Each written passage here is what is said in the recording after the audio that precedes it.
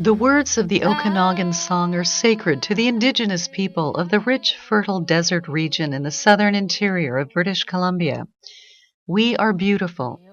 We are beautiful because we are Okanagan, because we come from the land.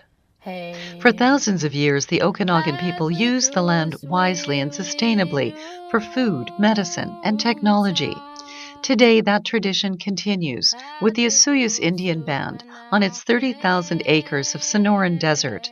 The people and culture are again thriving through many successful economic and cultural enterprises. One of those is NK'Mip Cellars, the first Indigenous-owned winery in North America. Adrian Bridge-Bassey is a food and travel journalist who recently visited the NK'Mip Cellars. He spoke to the winemakers in the echoey chambers of the actual underground cellars where the award-winning wine is stored.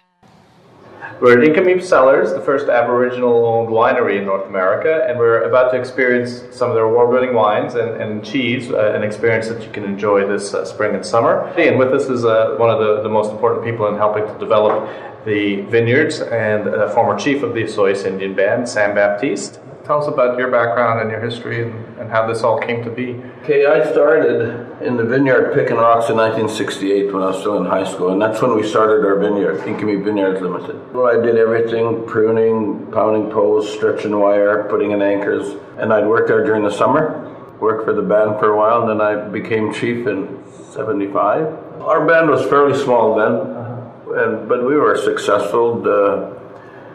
We put the winery in place in 79. We built the initial winery. It was about 1 acre in size, about 45,000 square feet. Mm-hmm. We just followed what other people were doing successfully. We looked at Washington State, we looked at California. Of course, we looked at France because, why reinvent the wheel? It took them 500 years to learn how to make really good wine, so we just learned from them. We're traditional in a lot of ways, and one of the things that we've been kind of our direction is we're keepers of the land, so we try and use a minimalistic approach where we use very little, like in our operation, we use very little herbicides and pesticides. Okay. Cassandra Capone, one of the executives of the operations here, who's going to explain what we're tasting today. We're in the underground cellar, a perfect place to sit down and look at how wine can be enhanced by the food that you have it with. So we've chosen local BC cheeses, each one designed specifically to complement some of our wines. So we usually start with the latest one, our Marine White Meritage, which is a winery exclusive wine, so you can only get it here. And we've paired that with a firm ripened Dutch style Gouda, and this is from BC. So what we do is we just give it a little whirl and a smell.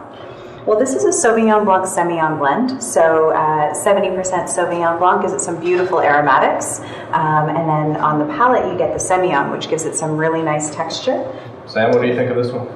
I like it. I'm a fan of blended whites. BC's come a long ways from the standard Chardonnay, Riesling, Pinot Blanc, Pinot Gris to a more blended approach, and almost every winery in South Okanagan for sure.